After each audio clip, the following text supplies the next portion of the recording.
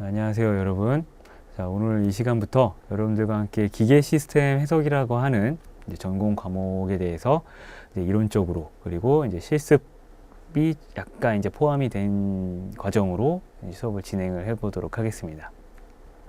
여러분, 일단 이 기계 시스템 해석이라고 하는 과목은 여러분들이 지금까지 공부를 해오던 이제 일반 물리 그리고 이제 그 수학적 기본을 가지고 있는 선형대수 그리고 이제 동력학 그리고 기계 진동학, 유체역학, 정력학, 그리고 이제 전기공학 등등의 여러 이제 기계 시스템을 대표할 수 있는 수학적 배경들과 기계 시스템을 해석하는 이론들을 정립시켰던 그 과목들을 이제 한 번쯤은 여러분들이 전공 과목으로 공부를 하셨다면 조금은 이해하는데 더욱더 이제 손쉬워 줄 거라 이제 생각을 하고 있습니다.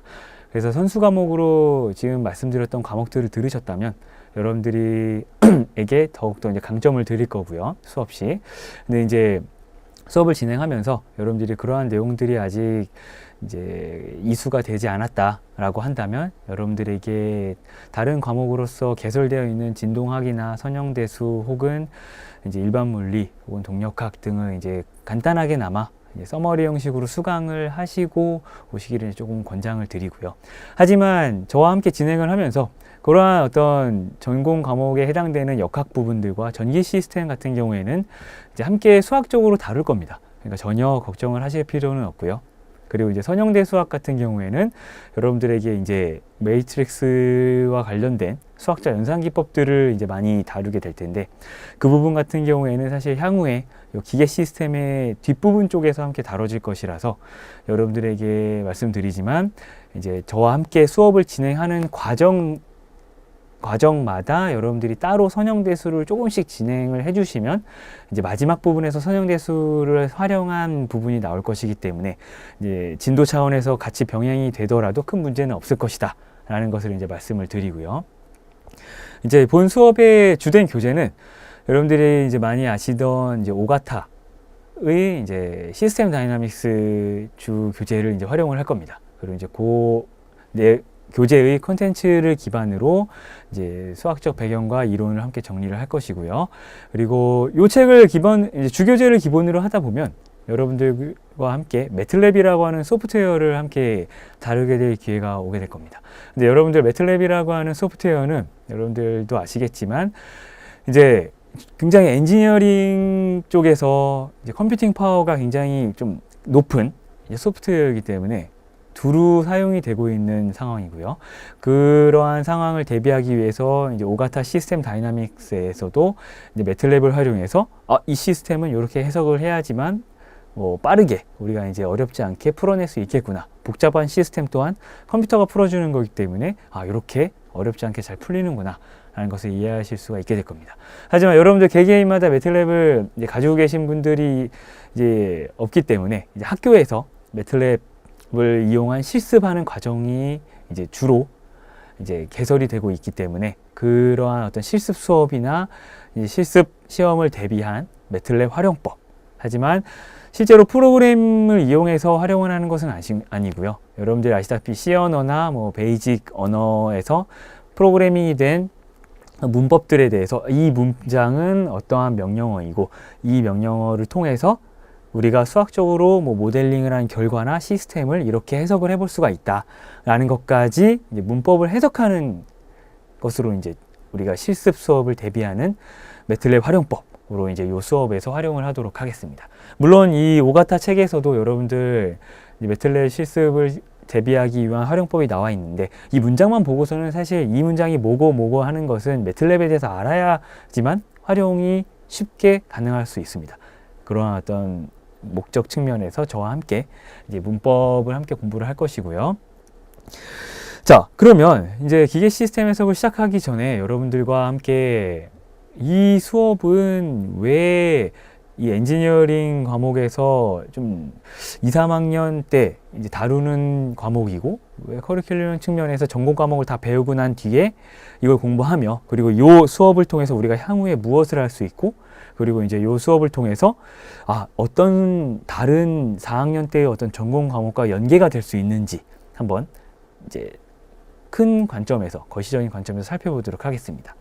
일단 그 전공 과목 말 그대로 기계 시스템 해석인데, 이 기계 시스템 해석 혹은 이제 시스템 해석이라고도 이제 불리기도 하죠. 왜냐하면 시스템이라고 하는 거는 단지 기계만으로 이제 한정지어서 말을 하는 것이 아니기 때문에 기계 시스템 혹은 전기 시스템, 물론 요즘에는 기계 시스템에도 전자기 시스템이 워낙에 많이 들어가 있어서 메카트로닉스라는 분야가 또 하나의 큰 분야로 나올 정도로 당연시 되어 있기 때문에 기계라고 한다면 사실 전기를 포함하고 있는 것도 맞습니다. 사실 또 전기라고 하면 당연히 기계가 들어가 있어야지만 어떤 원하는 퍼포먼스를 낼 수도 있는 그런 상황이기 때문에 기계와 전자는 언제나 동시에 포함이 되어 있어야 하고요.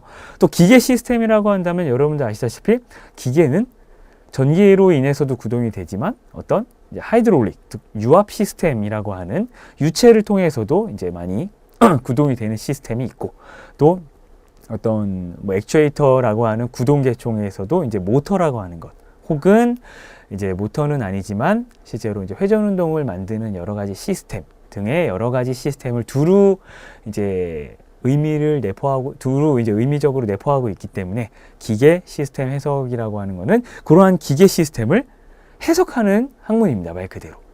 자, 그러면 여러분들이 어떤 이러한 전공 과목의 목적성, 즉 본질을 이제 파악을 하기 위해서는 기계 시스템을 해석하기 위해서는 무엇이 필요한지, 그리고 이 기계 시스템 해석이 왜 필요한지를 당연히 이제 자연스럽게 생각을 할 수가 있겠죠.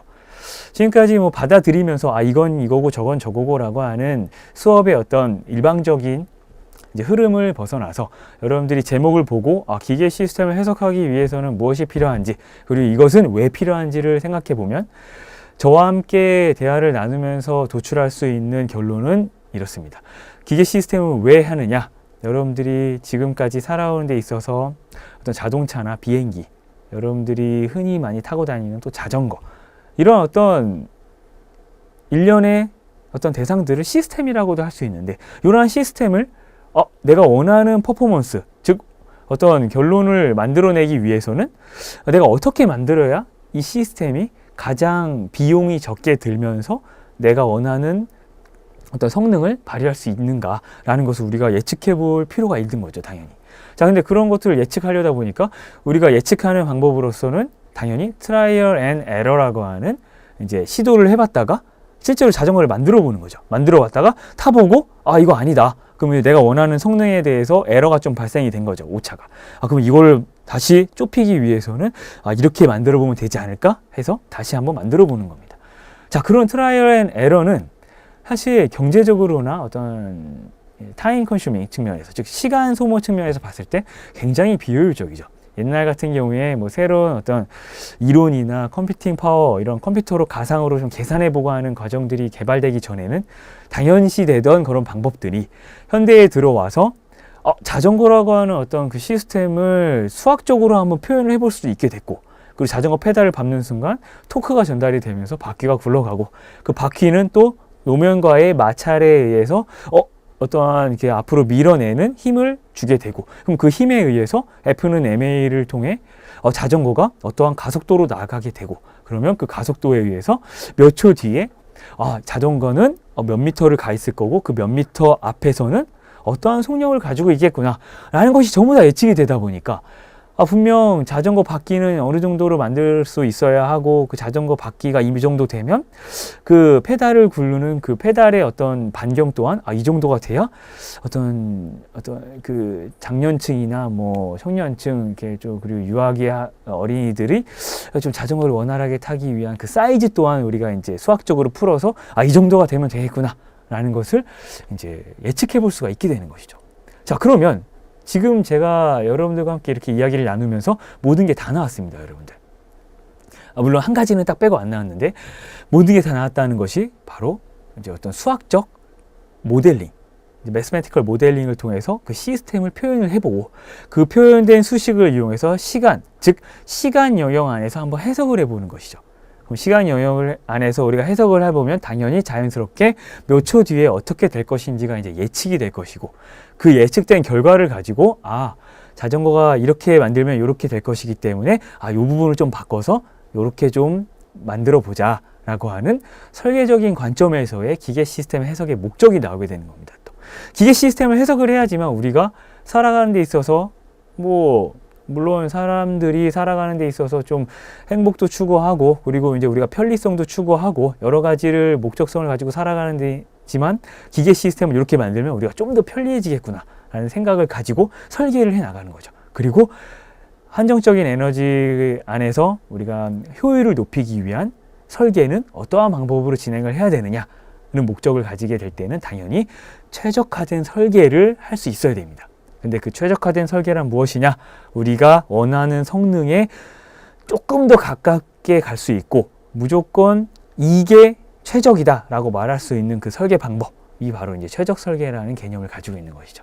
근데 그러한 최적 설계가 가능하려면 여러분도 아시겠지만 수학적으로 예측이 가능해야 되고 그리고 그 예측된 결과를 기반으로 성능이 최대화될 수 있도록 우리가 바꿀 수 있는 파라미터들을 바꿔주게 되면 우리가 예를 들면 자전거 같은 경우에는 뭐 이렇게 강도는 유지하되 재료는 이 정도까지는 써야지만 이 강도를 유지하면서 튼튼한 자전거가 나오겠다. 그러면 경제적으로도 가장 저렴한 자전거가 나오게 되고 그렇게 되면 그 자전거는 경쟁력을 가지게 되는 것이죠. 그런 어떤 일련의 과정들이 바로 기계 시스템의 해석이라고 하는 겁니다. 그러려면 당연히 여러분들 요 오가타 주 교재에서도 강조하는 것이지만 이제 매스매티컬 모델링, 수학적으로 예측할 수 있는 기반으로서 이제 모델링이 이제 필요하게 되고요. 그러면 그 모델링을 기반으로 우리가 예측을 해보고 시스템을 해석을 하다 보면 자연스럽게 우리가 원하는 성능이 나오는지 안 나오는지를 물론 수학적 모델이 모든 어떤 일반적인 상황에서의 자연현상을 정확하게 나타내는 건 아닙니다. 자전거를 내가 이렇게 밟았을 때 무조건 이렇게 가느냐? 아니죠. 왜냐하면 그 자전거에는 너무나도 많은 요소의 힘이 작용하고 있고 그 힘을 수학적으로 다 표현하는 거는 사실 자연현상이 가지고 있는 비선형성, 일반 물리에서 공부를 하셨겠지만 비선형성이 강하기 때문에 그걸 전부 다 표현할 수는 없지만 그나마 단순화된 수식으로 우리가 표현을 하면 우리가 이제 큰 에러 없이 예측을 해볼 수 있다는 것이죠.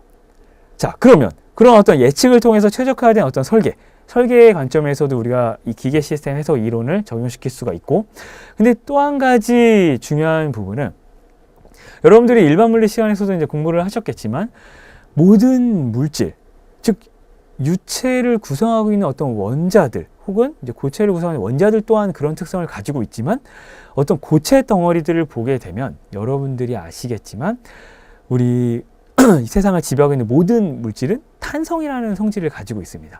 일반 물리 시간에 공부하셨겠지만 물질이라고 하는 것은 즉 바디로서 즉 고체를 대변하는 어떤 단어로서 바디가 있는데 그 바디는 리지드 바디와 엘라스틱 바디로 나눠지게 되죠. 그래서 동력학에서도 이제 리지드 바디 즉 탄성이 없는 강체라고 하는 것입니다. 그래서 이제 강체의 동력학 해서 해석을 하는 챕터가 하나 있고 그 다음에 엘라스틱 바디라고 해서 탄성체는 우리가 이제 힘을 받으면 어떠한 형태로 어떠한 거동을 일으키면서 이동을 하고 모션을 발생시킬 것이냐라는 것을 이제 해석을 하는 과정이 있습니다.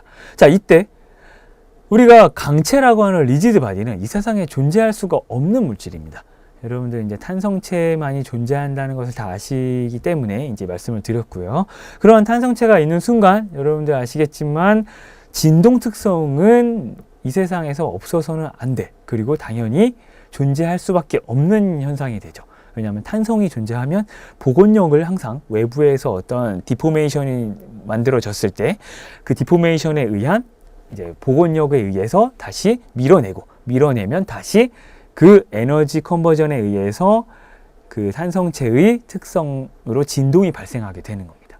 자, 그렇게 되면 그런 어떤 진동 특성 자체를 우리가 수학적으로 해석할 수 있어야지만 그런 탄성체의 성질을 시간에 대해서 이 탄성체가 시간에 대해서 어떠한 진폭으로 진동을 하게 될 것이며 그리고 어떠한 매그니튜드 즉 진폭으로 가다가 몇 초 뒤에는 진동이 감쇄가 되면서 점점 0의 상태로 수렴하게 될 것인지를 예측할 수가 있게 됩니다. 자, 근데 그것이 중요한 이유는 무엇이냐면 바로 그 진동 특성 자체가 안정성을 대변하는 시스템의 특성이라고 보시면 될 겁니다. 자, 왜냐하면 그리고 이제 그 안정성 자체를 우리가 해석을 하는데 가장 중요한 이유는 시스템을 설계하는 데 있어서 우리 사람이 보았을 때 시스템 자체가 계속 지속적으로 불안전하게 움직이면 이 시스템을 우리가 사용하기가 힘든 시스템이라고 판별을 많이 합니다. 왜냐하면 이 시스템 자체가 내가 외부에서 어떤 입력을 가했을 때 이 시스템이 한 1초 만에 갑자기 이제 시스템이 1초 만에 딱 안정하게 쭉 수렴을 하게 된다면 이 시스템은 내가 어떠한 입력을 가하든지 간에 이 시스템은 0으로 금방 수렴하는구나 라는 어떤 개념을 가지고 이 시스템은 안정하다라고 이제 판별할 수 있는데, 처음에 외력을 가했을 때 시스템이 1초 만에 수렴하는 게 아니라 불안정하게 계속 오실레이션, 즉 진동을 일으키면서 0으로 가기는커녕 점점 좀 안 좋은 상황으로 간다. 그리고 그 시스템이 점점 불안정하게 돼서 언젠가는 좀 이렇게 파괴되는 현상이나 혹은 지속적으로 불안정하게 계속 움직이고 있구나 라고 한다면 이 시스템은 부적절하게 불안정하구나 라고 판별을 하게 될 겁니다.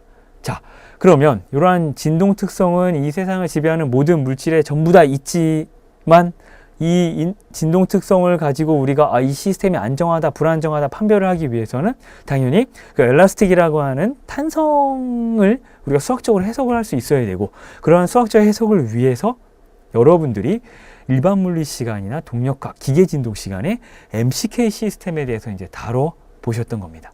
그 MCK 시스템을 다뤄보면서 이 시스템은 이러한 특성이 있을 거고, 그리고 이러한 특성을 보이는 결과적으로 이 시스템은 안정하다, 불안정하다 이제 판별할 수 있는 근간을 마련했다는 것이죠.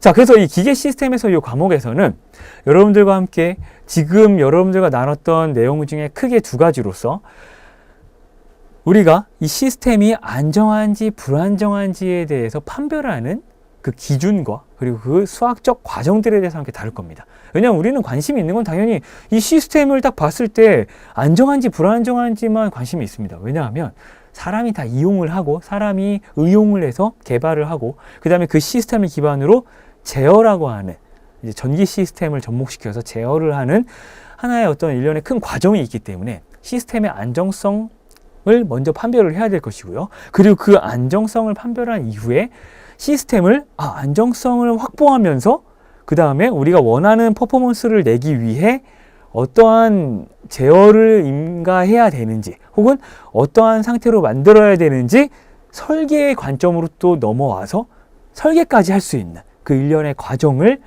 이 기계 시스템의 시스템 해석에서 다루는 이제 목적이 될 겁니다. 기계 시스템 해석 자체를 이제 공부를 하시게 되면 여러분들에게 이제 말씀을 드리겠지만 여러분들이 어떤 시야가 생기게 되냐면 여러분들이 어떠한 시스템을 딱 보게 되면 이 시스템을 어떻게 수학적으로 모델링을 해야 되는지, 지금까지 진동학이나 동력학에서 각각 단편적으로 이 시스템이 아니라 어떤 물질이 어떠한 힘을 받으면 어떠한 특성을 나타낼 것인지를 여러분들이 공부하셨다면 그러한 어떤 단편적인 이론들을 우리가 시스템이라고 하는 큰 틀에 넣어서 우리가 원하는 어떤 성능을 나타내는 시스템을 구성했을 때의 그 시스템의 특성을 해석을 하고 해석된 결과를 가지고 이렇게 만들면 내가 원하는 성능이 나오지만 시스템이 안정해지기도 하겠구나 라는 그 일련의 과정이 눈에 이제 보이게 될 겁니다. 그리고 그걸 수학적으로 이렇게 해석을 해야 되겠구나 라는 어떤 일련의 흐름까지 이제 보이게 되실 거고요. 그리고 이제 이 기계 시스템 해석이 마무리가 되시면 여러분들은 이제 3학년 말 혹은 4학년에 올라가셔서 이제 선형 제어 시스템이라고 하는 어떤 새로운 과목을 이제 다루시게 될 텐데, 지금 기계 시스템 해석이라는 이 전공 과목을 기반으로 선형 제어 시스템으로 넘어가면서 여러분들이 이제 모던 컨트롤 엔지니어링이라고 하는 그런 어떤 전공 과목을 통해 이제 제어라고 하는 것을 이제 다루게 될 겁니다. 근데 그 제어를 하기 위해서는 기계 시스템을 정확하게 이해를 하고 이 시스템이 이러한 특성을 가지고 있기 때문에 우리가 이 시스템을 제어하기 위해서는, 제어라고 하는 거는 말 그대로 여러분들이 내가 예를 들어 선풍기 같은 경우에 이 선풍기를 내가 이러한 속도로 만들고 싶은데 이 선풍기에는 어떠한 입력을 가해야지만 좀 안정하게 선풍기가 속도를 스무드하게 올리면서 내가 원하는 속도로 정확하게 도달할 것이냐, 어떤 오차 없이 그런 어떤 생각을 해보시면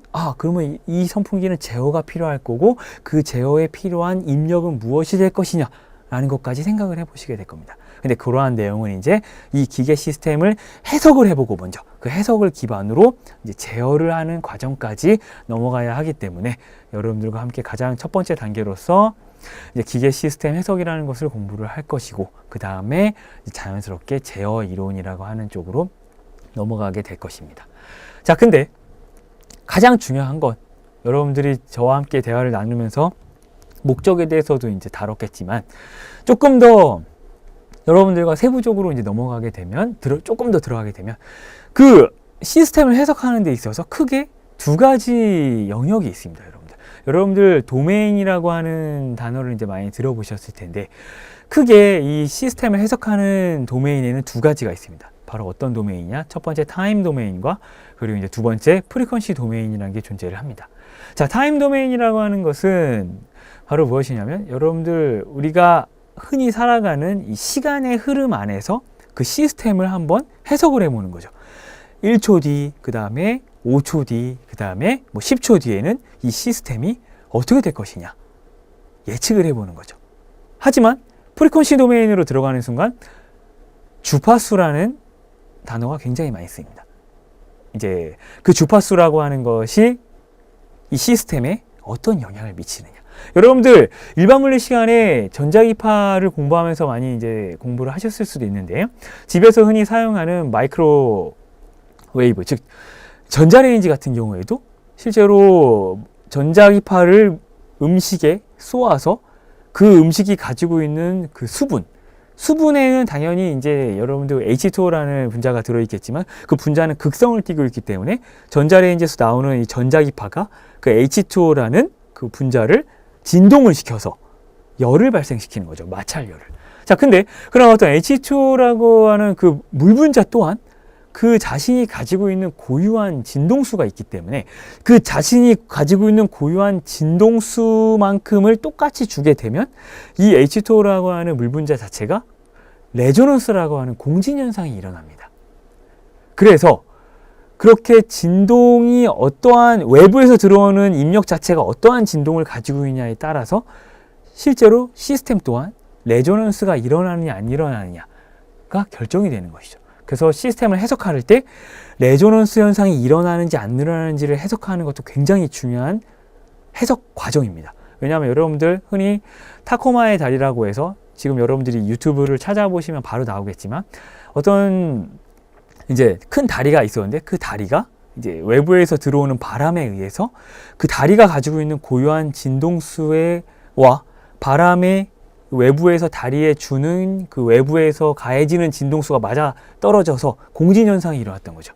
그래서 그 다리 자체가 크게 뒤틀려지면서 그 다리가 무너지게 되는 현상까지 이루어졌기 때문에, 어떤 시스템을 해석하거나 시스템을 설계할 때는 외부에서 들어오는 입력의 프리퀀시, 즉 주파수를 해석해 보는 게 굉장히 중요합니다. 그러면 이 기계 시스템을 해석하기 위해서는 당연히 외부에서 들어오는 이제 입력의 프리퀀시 때와 그 시스템이 가지고 있는 고유한 내추럴 프리퀀시, 혹은 내추럴 프리퀀시는 여러분들 일반 물리에서 공부하셔서 아시겠지만, 내추럴 프리퀀시는 프릭셔널 포스가 없을 때를 말하는 거고, 하지만 이제 댐핑이 들어가 있는 댐프드 프리퀀시를 해석을 해보신 뒤 그 입력으로 들어오는 프리퀀시와 이제 그 시스템이 가지고 있는 프리퀀시에 어떤 차이가 있는지 혹은 같은지를 한 번쯤 봐야 되는 것이죠. 그리고 시스템이 어떠한 주파수가 들어왔을 때 이 주파수에 따라서 이 시스템이 어떠한 전달률을 가지고 외부로 출력을 나타내는지까지 해석해 볼 수 있는 일련의 과정이 굉장히 중요하다고 말씀을 드리고 있는 겁니다. 그래서 이 기계 시스템을 해석하는 데 있어서는 타임 도메인과 프리퀀시 도메인 두 가지를 동시에 해석을 해봐야 되고요. 그 두 가지를 동시에 해석을 하는 과정을 이제 저와 함께 이 시스템 해석이라는 요 과정을 통해서 다룰 것이고, 그 와중에 가장 중요시 되는 이론이 라플라스 트랜스폼으로서 이제 여러분들이 공업수학 시간에 많이 배우셨던 이 미분방정식 자체를 단순한 대수방정식으로 이제 변환을 시켜서 프리퀀시 도메인에서 해석을 해볼 수 있게 만드는 하나의 기법이 바로 라플라스 트랜스폼입니다. 지금까지 공업수학 시간에 수학적으로 이게 라플라스 트랜스폼인데 단순히 미분방정식만 푸는 거였지 라는 것으로 생각을 하실 게 아니라, 이제 여러분들이 흔히 살아가고 있는 이 주변 상황의 시스템들을 다 보시면 뭐 이렇게 기적적으로 만들어진 게 아니라 다 옛날에 그 과학자분들이 수학적으로 지배방 정식을 찾은 다음에 이러한 자연적인 지배방 정식으로 지배가 되고 있기 때문에 그걸 수학적으로 모델링하고 그 수학적으로 모델링된 부분들을 타임 도메인에서 한번 해석해 보면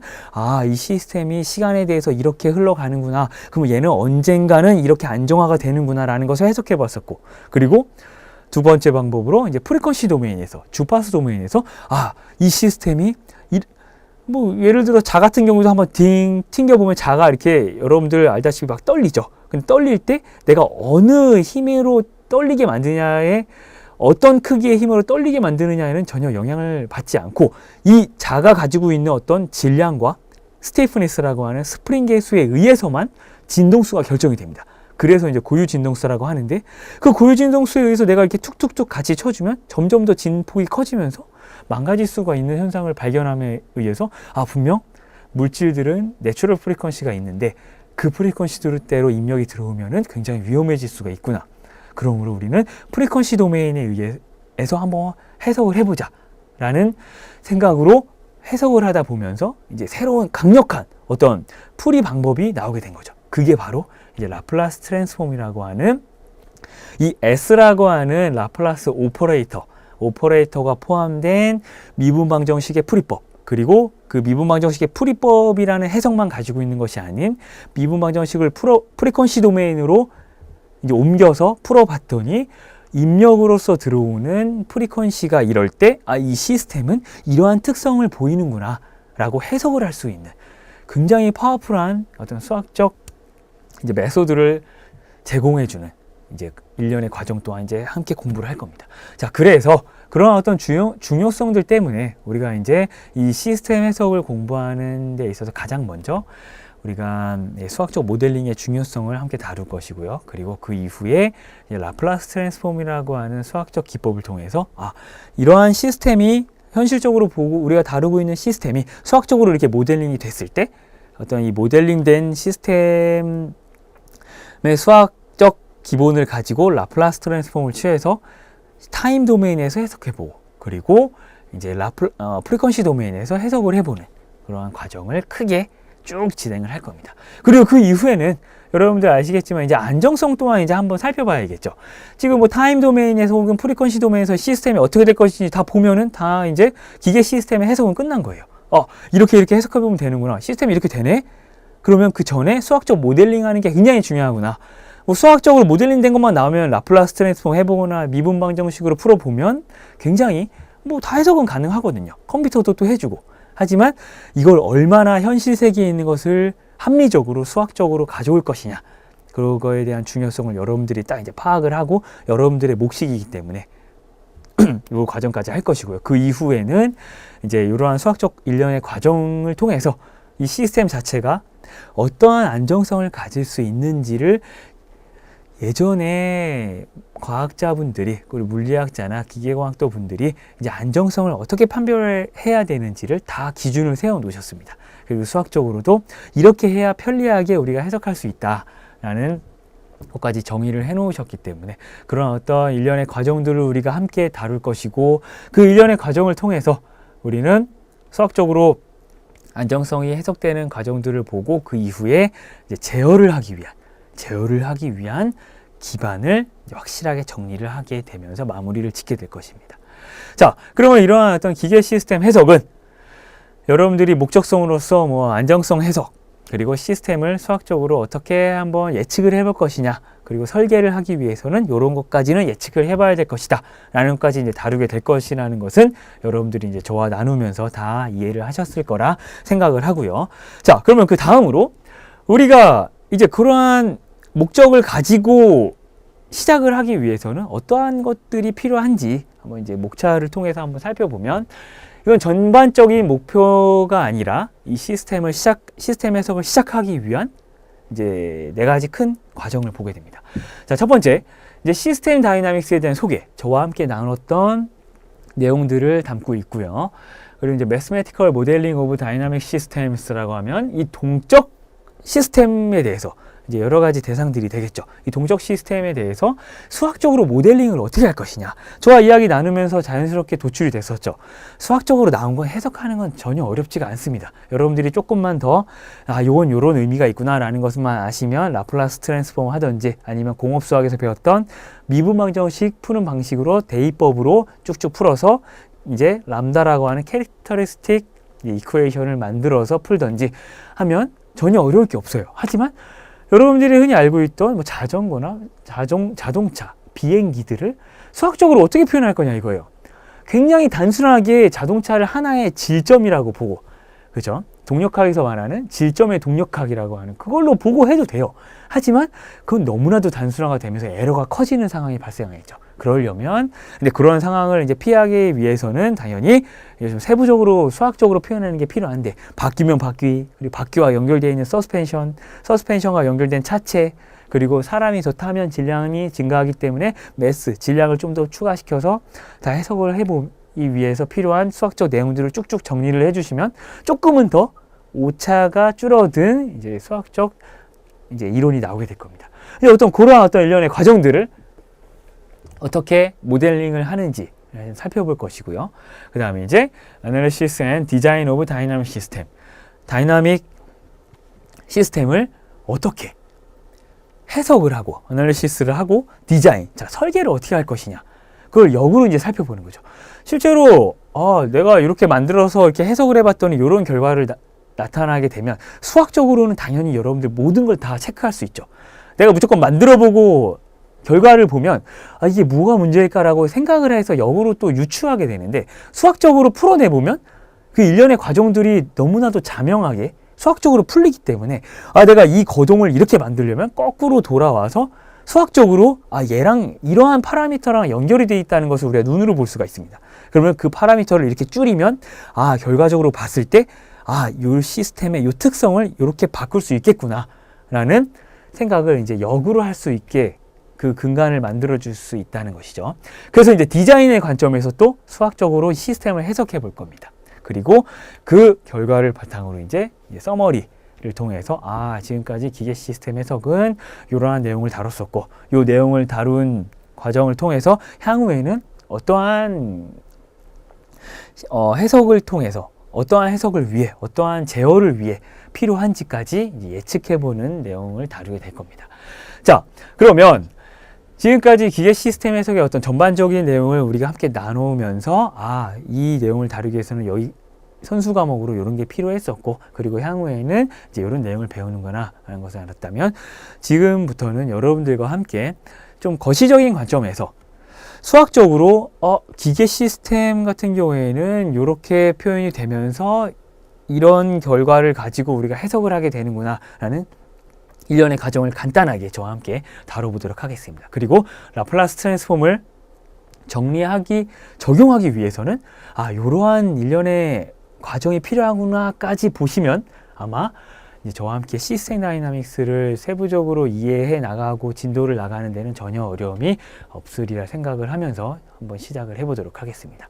자, 가장 먼저 어떠한 시스템을 표현하기 위해서는 이제 향후에 여러분들과 함께 다루겠지만 이제 블록 다이어그램이라는 게 굉장히 필요합니다. 자, 블록 다이어그램은 뭐냐면은, 자, 여러분들 이 안에 네모칸이 바로 우리가 대상으로 하고 있는 해석을 해보고자 하는 시스템이라고 하는 겁니다.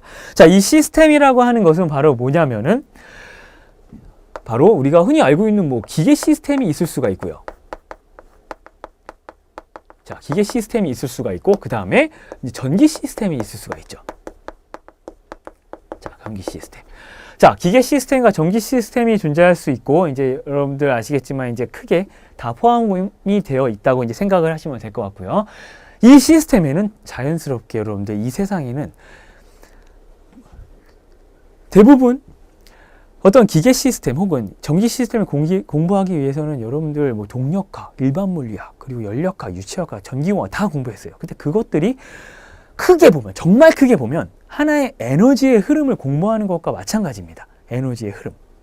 이 시스템 에너지가 이렇게 들어온다면 그 에너지는 어떻게 변환이 일어나고, 그리고 어떻게 손실이 돼서 결과적으로는 또 새로운 일을 하기 위해서 이만큼의 에너지가 또 나아가더라. 그러면 나아간 에너지는 또다시 다른 시스템에서는 또 다른 입력으로 또 쓰이는 거거든요.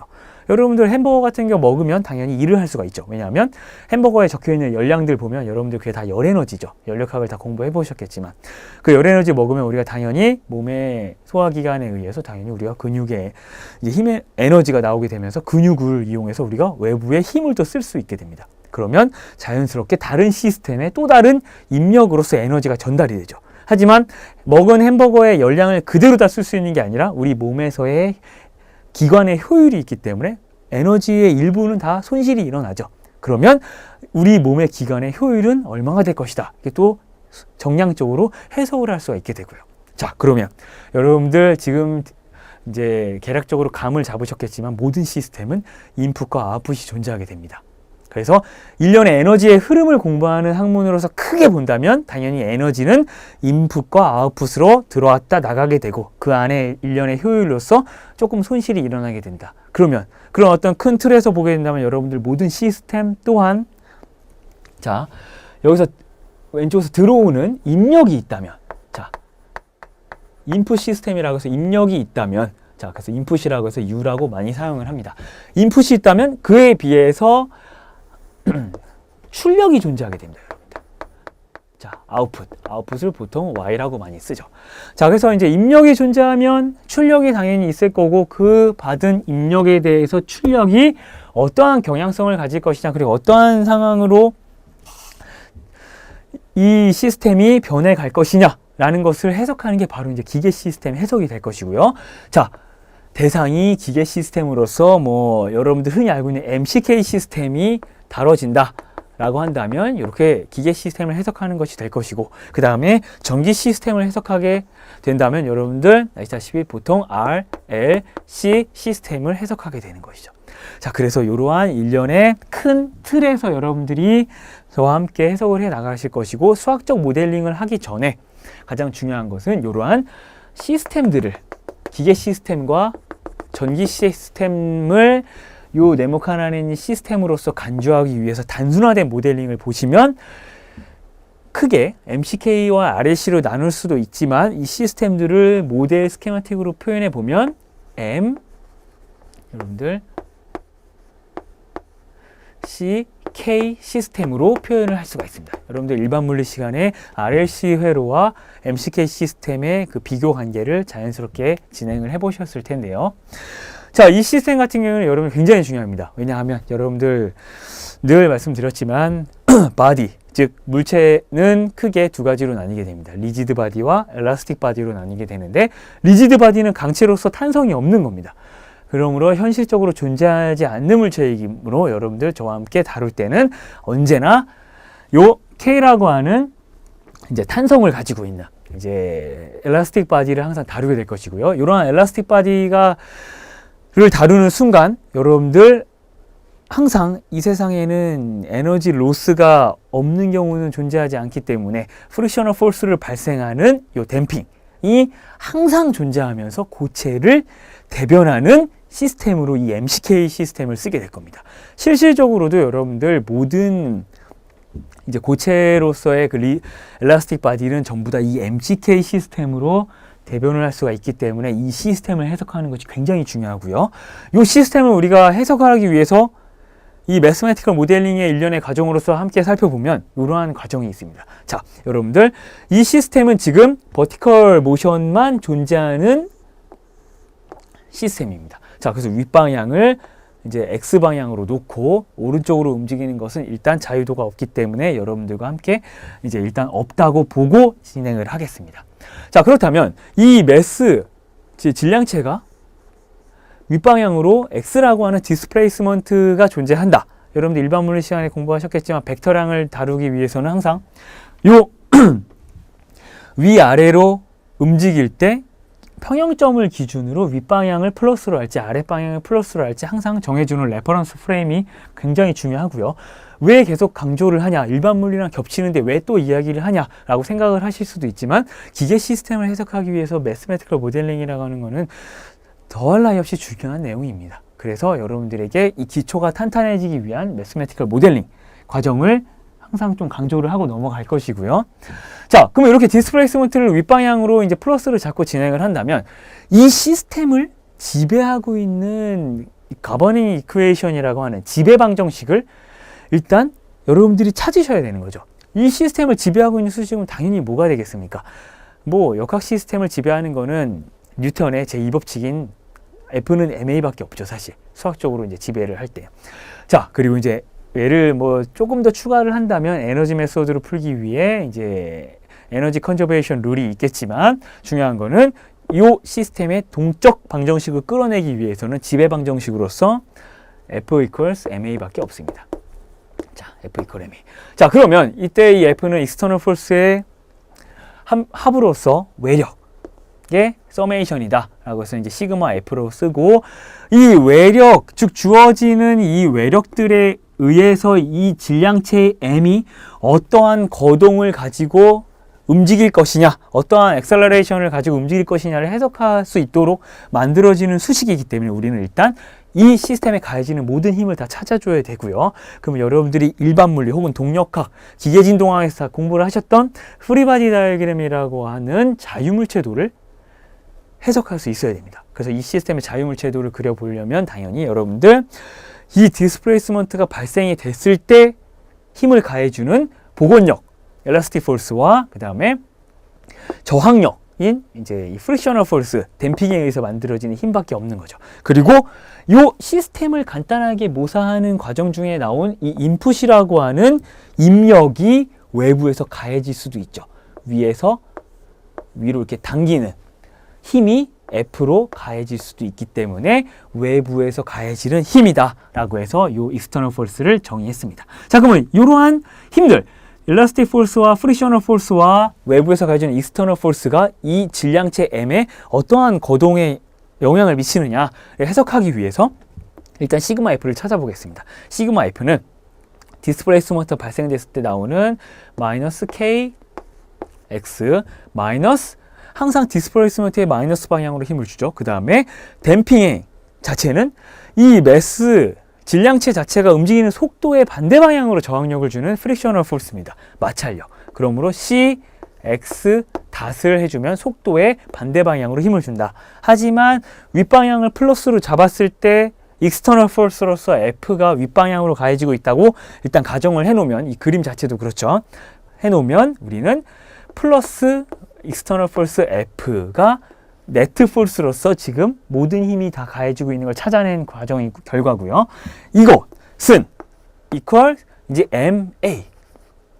이제 이 질량체가 어떠한 거동으로 움직일 것이냐, 요 힘에 의해서 이렇게 거동으로, 이러한 거동으로 움직인다 할 때 그 가속도 A는 여러분들 아시겠지만 X를 2번 미분한 2 다텀으로 이제 표현이 가능할 겁니다. 자, 그러면 여러분들이 우리가 관심 있어 하는 X2 닷, X 닷, X 자체를 전부 왼쪽으로 오른쪽으로 옮겨서 정리를 다시 해보면 CX 닷 플러스 KX equals F, 요렇게 이제 정리가 되는 겁니다.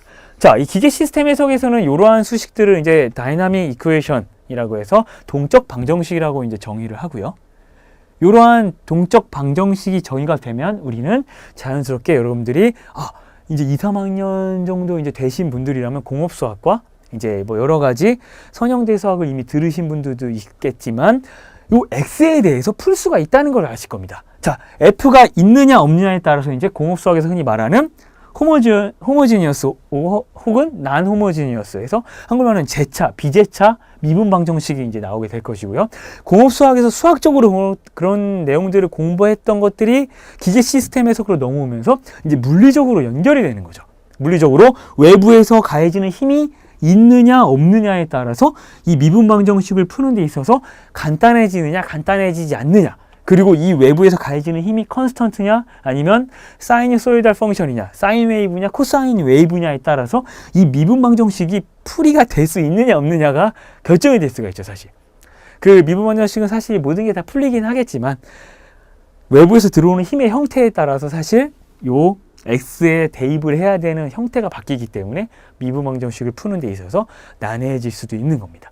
자, 그래서 이러한 여기까지만 구해지면 여러분들, 그리고 이 구해진 다이나믹 이쿠에이션 자체가 내가 해석을 하고자 하는 요 시스템을 잘 대변하고 있는 시스템이라면, 이 시스템을 해석하기만 하면 우리는 이 시스템은 이러한 거동을 보이는구나. 근데 그 거동을 보이는 데 있어서 어디서? 바로 여러분들 타임 도메인에서 혹은 프리퀀시 도메인에서 해석을 해보게 되는 거죠. 타임 도메인에서 해석을 해보려면 여러분들 자연스럽게 이 X를 어떻게 풀어주느냐. X를 이제 시간에 대해서 여러분들 X 자체를 이제 시간에 대해서 미분 방정식을 풀어주면은 타임 도메인 내에서 바로 이 몇 초 뒤에는 이런 거동을 보이겠구나 라고 해석을 할 수가 있는 겁니다. 근데 이 X 자체를 우리가 실제로 펑션이긴 하지만 어떠한 이 프리퀀시 도메인에서 풀어버리면 우리는 이 X라는 우리가 관심 있어 하는 이 물리량들이 프리퀀시 도메인에서 입력으로 인풋 자체로 봤을 때 이러한 입력이 이러한 프리퀀시를 가지고 있구나 라는 것을 알 때 이 출력 자체가 어떠한 형태를 가지게 되는지를 우리가 해석할 수 있게 되는 겁니다. 그걸 또 가능하게 만드는 게 여러분들 아시겠지만 이 미분 방정식을 풀 때 굉장히 간단한 대수 방정식으로 바꿔줄 수 있는 라플라스 트랜스폼 자체가 그러한 또 의미를 가지고 있는 것이죠.